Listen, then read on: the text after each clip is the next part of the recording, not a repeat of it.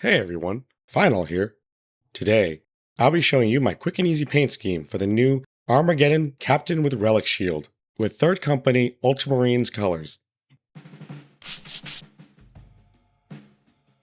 I'm going to make a small disclaimer for my paint list this time, and I tried to use different colors so that things didn't blend in together. I'll make mention throughout the video on ways to keep the paint scheme simple. The easiest way is to get rid of the highlights and the washes. This would be a more simplified paint list. As always, the paints that I use are more recommendations rather than requirements. Let's get on with the video. The Armageddon Captain with Relic Shield is a push-fit model, so my first subassembly is the main body with the right arm and sword, as well as the cape. I'm not a fan of building with the cape assembled. However, part of the cape is already molded onto the pauldron, which is then molded with the right arm, so I'm kind of stuck there. You'll notice that there are no feet on this model. That's because the feet are already attached to the tactical rock, which I'm considering another subassembly. I'll also have the power pack, pretty straightforward, and also the left arm with the relic shield. I primed the arm and relic shield together, but I didn't actually glue them together yet. That's just in case I need to get behind the relic shield and the arm gets in the way. My final subassembly is the head by itself. I did have to trim the peg about here, just so that I can assemble it later. I also left the straight portion of the peg, just to sort of align the head in final assembly. Most of the model I'll be painting in parallel because they use similar paints. However, I'll paint the relic shield separately to avoid jumping around too much. For the actual painting, I first primed the model with Chaos Black spray, followed by Macragge Blue spray. I use them both because in my opinion, Chaos Black has the best coverage and will make sure all of the plastic is covered. Meanwhile, the Macragge Blue spray will save me a couple of coats of base paint. If you don't mind a couple of extra coats of base paint, you can just stick with the Chaos Black. Speaking of base paint, I'll be starting with a nice coat of Macragge Blue. I'll be doing this step even if I sprayed the Macragge Blue on. That's because the Macragge Blue in the rattle can is slightly different than the base paint in the pot. This will just make it easier to blend in any corrections that I make. After I get a nice solid layer of Macragge Blue, usually after 1 or 2 thin coats, I'll go in and wash all of the armor with Nuln Oil, thinned 2:1 with Lahmian Medium. The Lahmian Medium helps the Nuln Oil flow a little bit better. That way, it pools in the recesses, but it leaves minimal tide marks. If it does start pooling on the flat surfaces, just soak it up with your brush. Once all of the blue details are nice and washed, we'll give it about an hour to dry. That way we don't risk ruining any of the shading. Once the Nuln Oil is dry, I'll go in and do a heavy dry brush using Macragge Blue, making sure to brush perpendicular to the recesses. The Nuln Oil wash will leave some imperfections on the armor, which we'll fix up with this heavy dry brush.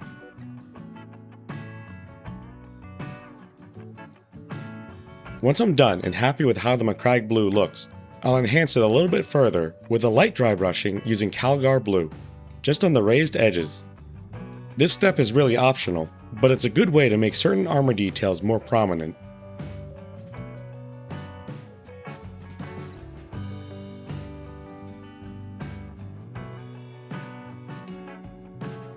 There we go, nice and blue.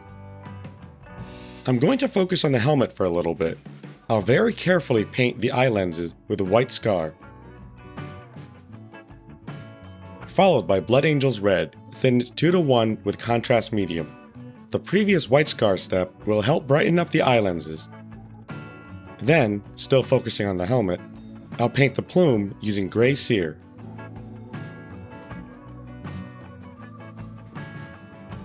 I'll then use that same Blood Angel's Red contrast medium mixture and paint on some details on the plume.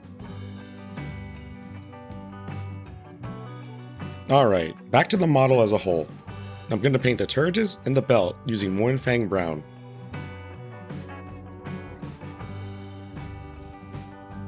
And then, I'll paint the sword and dagger sheath, as well as the holster using Rhinox Hide. You can use the same color for both. I just wanted them to stand out a little bit. I'll then wash both brown colors using Agrax Earthshade. Once the Agrax dries, I'll do a very light dry brush using Gorthor Brown on the Rhinox hide.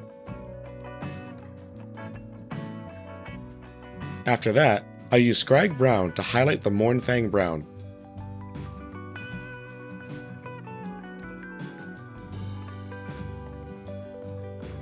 Now, I'm going to go through the model and pick out any gold details using Retributor armor.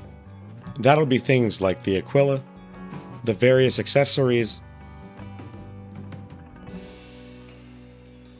the iron halo, the plume, and anything else that you want to be gold. Because this model is for a captain, there's a lot of gold. Once I'm done, I'll give the gold a little bit of time to dry, and then I'll wash all of it with Reikland Flesh Shade.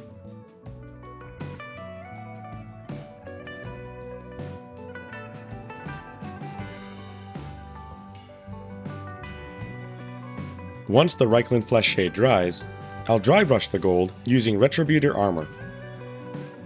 That'll help brighten up the gold that I dulled.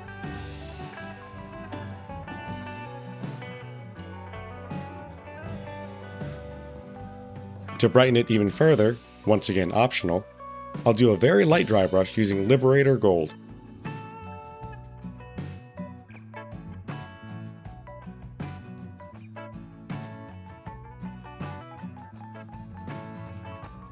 I'll then go and paint the parchment using Rakarth Flesh,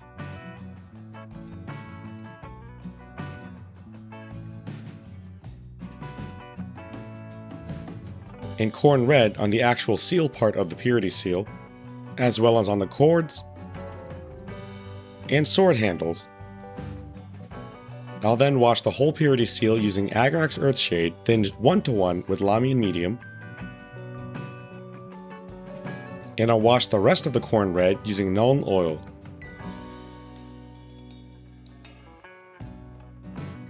Once all of the shade paints are dry, I'll dry brush the Khorne Red using Wazdaka Red. Next up, I'll be using Lead Belcher on the sword blade, the vents on the power pack, and the rest of the remaining metallic details. Once that's done, I'll wash all of the Lead Belcher using Nuln Oil,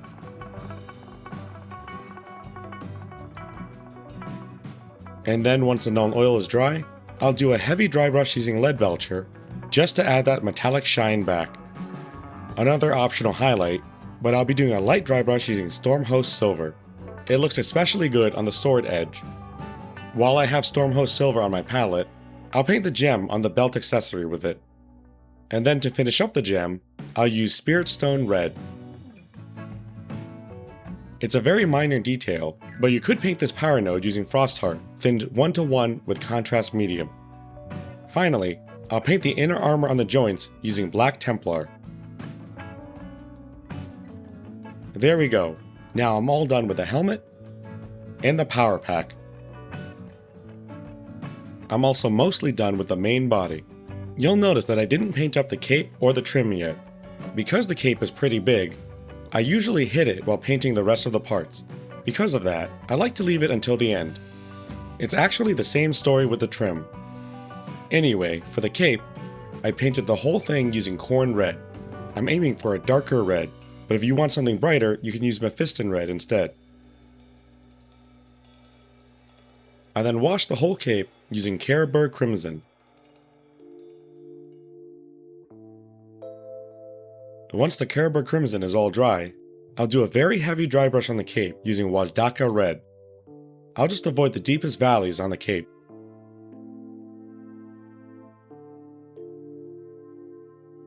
After that, I'll do a lighter dry brush on the high points using Evil Sun Scarlet. And that's all there is to it. Nice and easy. Now for the Relic Shield, I'll be using the same paints that I used earlier in this video. Because of that, I'll go through it pretty quickly. I used Grey Seer for the main part of the Relic Shield, and Lead Belcher for the back. I used Nuln Oil thinned 1:1 with Lamian Medium in the recess around the shield. Make sure not to hit any of the Grey Seer. That'll give it a nice border between the middle part and the trim along the shield. Speaking of which, for that, I'll paint it using Retributor armor,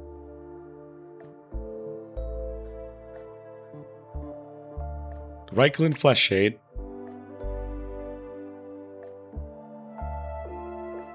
a Retributor Armor dry brush, and a light Liberator Gold dry brush. I'll finish it up by painting the Purity Seal with Rakarth Flesh,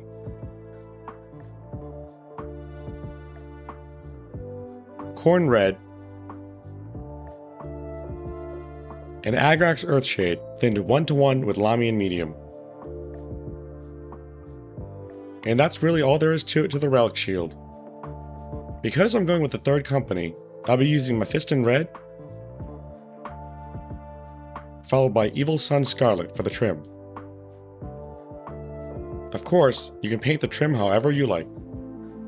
Now, I don't normally show how I do the basing, but because it's so intertwined with the Tactical Rock, I'll make an exception this time. I start off by painting the whole rock using Mechanicus Standard Gray. I then apply some Armageddon dust to the base. The Armageddon dust is a texture paint, so it'll take quite a while to dry. I like to leave it overnight. Because there's some sand bits on the Tactical Rock, I painted both the Armageddon dust and the sandy bits on the Tactical Rock using Xandri dust. I then washed the Xandri dust and the Tactical Rock using Agrax Earthshade, thinned 2:1 with Lamian Medium. I actually did a second coat over the Xandri dust, just to get it to darken a little bit more. Next up, I'll dry brush the sand using some Xandri dust, and the Tactical Rock using Dawnstone and Administratum Gray.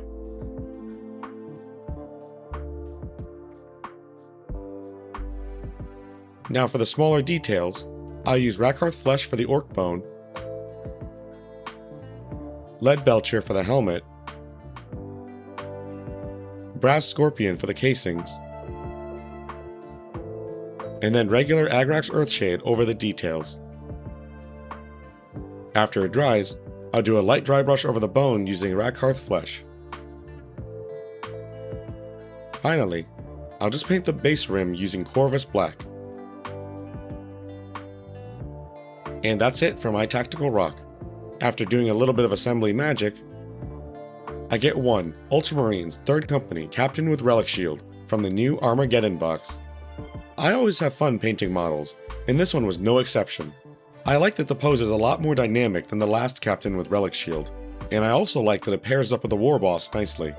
If you were looking for a quick and easy way to get your Captain with Relic Shield on the tabletop, I hope that I helped you out. If you have any questions, feel free to leave them as comments below. As always, thanks for watching, and I'll see you all in the next video.